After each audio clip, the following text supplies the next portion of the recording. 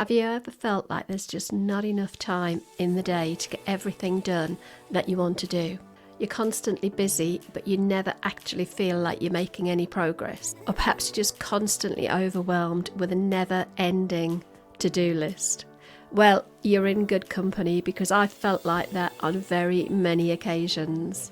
But today I'm going to share the things that I've learned to do to try and get on top of my game and get the most out of each day. From planning my week to blocking out time each day to get the important stuff done. I've got some tips to share that might help you to be a bit more intentional with your time as well.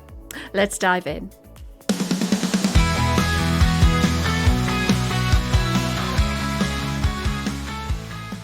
Hello and welcome to the podcast. I'm Bev Thorogood.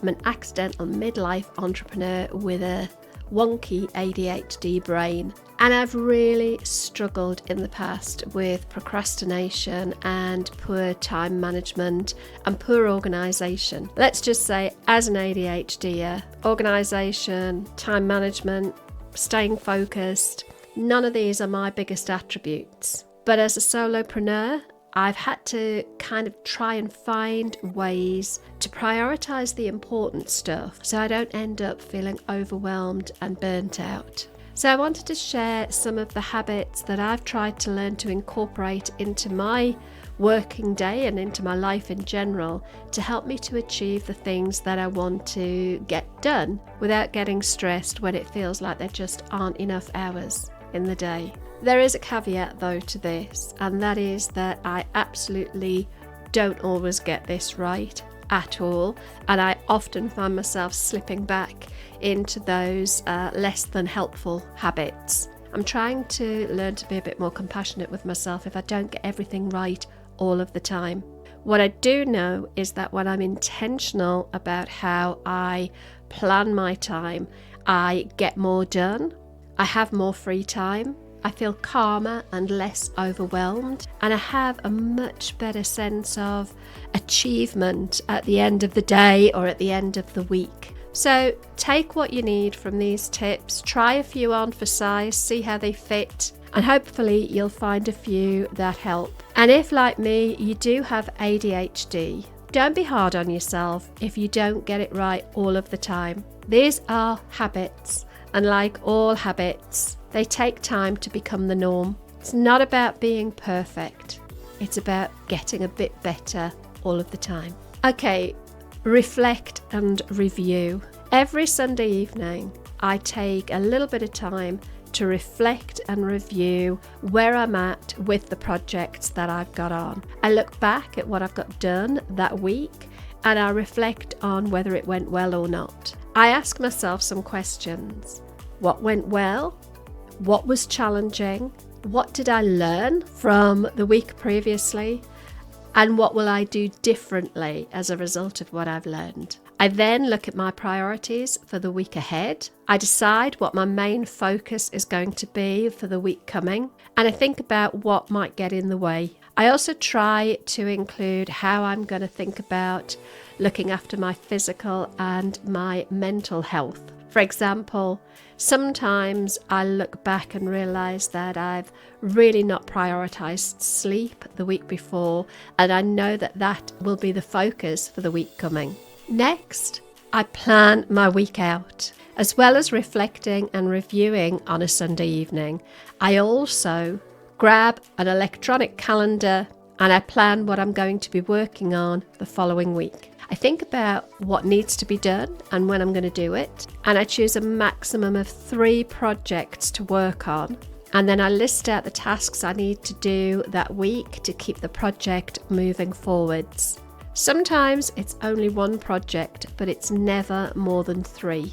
This helps me to stay organised and to make sure that I don't miss anything important. For example, a project I'm working on right now is to create a scorecard as a quiz to use as a lead magnet. So that's one of my 3 priorities. And writing the copy for the Score Up report and also the copy for the email follow-up sequences are some of the tasks that I need to get done this week. Blocking out time has been an absolute game changer for me. I was introduced to time blocking about 6 years ago, but I didn't really start to incorporate this technique until about 12 or 18 months ago. Now I try to make sure that I block out time in my calendar for the jobs that I know I need to get done that week. That means setting specific times for each activity and putting them into my calendar. I start by looking at my calendar to see what I've got in there that are non-negotiables. I make sure that they're in the calendar, and then I put in any standing commitments that I've got, such as client coaching calls or sessions with my membership program. Then I fit all of the tasks that I've identified in my planning time into the hours around the standing appointments that I've got in there. I also make sure that I block out some time for lunch and a couple of breaks, and also to try and incorporate some exercise in my day. It might be putting in time to go for a walk, for example. Then I decide which hours I'm going to leave available for people to book in an appointment directly through my online booking software, which is Calendly. And for me, that's normally a Monday afternoon or a Friday morning, and I don't block anything into that time so that it's free in Calendly. I used to find that if I didn't have my time blocked out, I'd find random appointments just showing up at times in my calendar that didn't really suit me. So I tend to do my planning on a Sunday evening. It's just the time that always works well for me. But I actually run a Plan Your Week with Me session every Monday morning at 9 o'clock in my membership program, the Working with Corporates project. This helps my members to set their week up for success, and we use a simple Notion template, which I'm going to make available if you want it down in the description. It's free, so check it out and see how you get on with it. I particularly love Notion for my weekly planning and my monthly planning. I find it's really helpful. And while you're down there, I'd love you to hit the like button and do the subscribey thing. That's free too. It doesn't cost you anything to subscribe, and it means that the nice people at YouTube will give you first dibs whenever I put another video out. That's if you've found value and you've enjoyed this one, of course.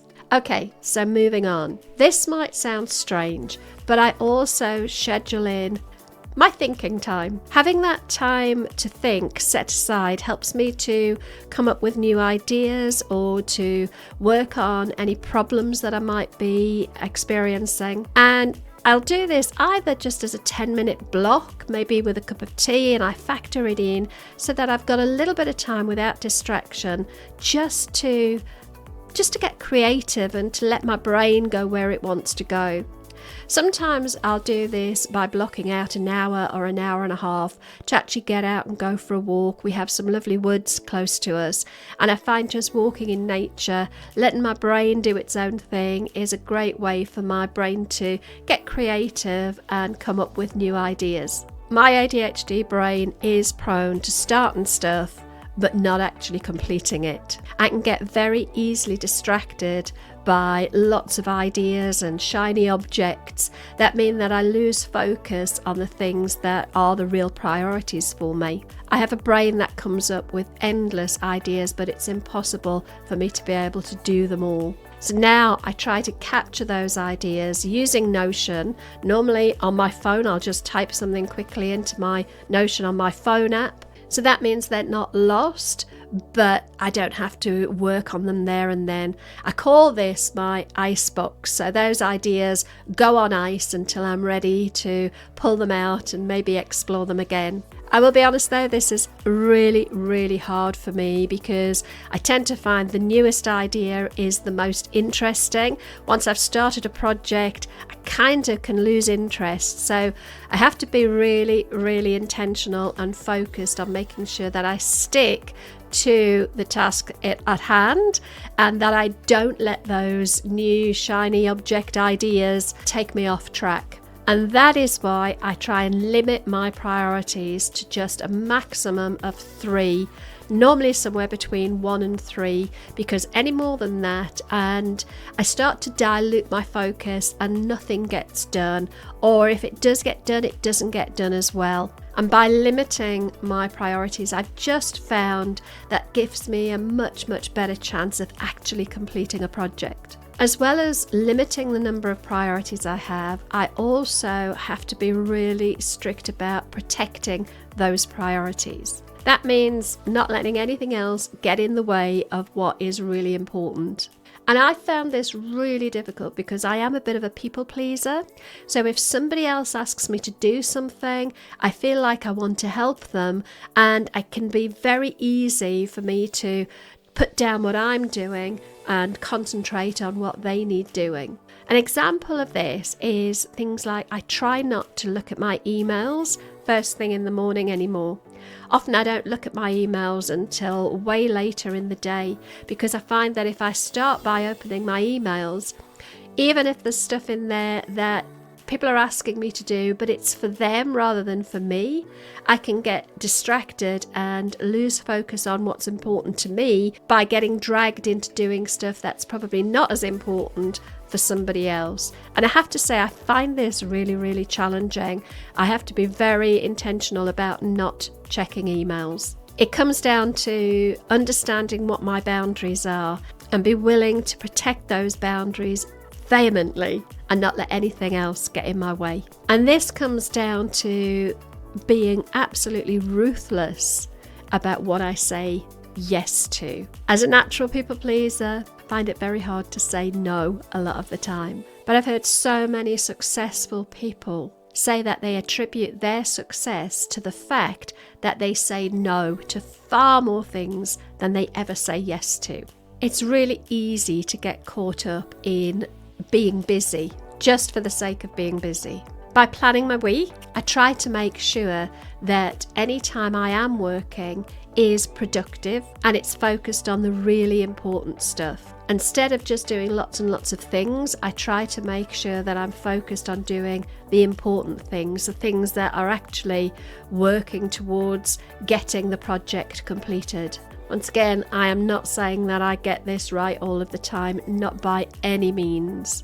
But I do know that if I don't plan my week, if I don't do that reflection, if I don't protect my time, I can absolutely turn into a busy fool. And that just leaves me feeling frustrated and angry when I get to the end of the week and I look back and I think, well, I'm absolutely shattered. I don't feel like I've stopped all week, but I don't feel like I've got any closer to finishing the things I want to finish. One of the best things I've done in the last 6 months is factor in a contingency day into my week. For me, that's Thursday. I try not to book anything into the diary on a Thursday. I don't time block it, but I don't have my calendar open on a Thursday, so people can't book a Thursday appointment with me. This way it means if I don't get everything done that I want to get done by Wednesday, I know that I've got a bit of slack in my week to be able to catch up on things that may have been pushed to the right a little bit.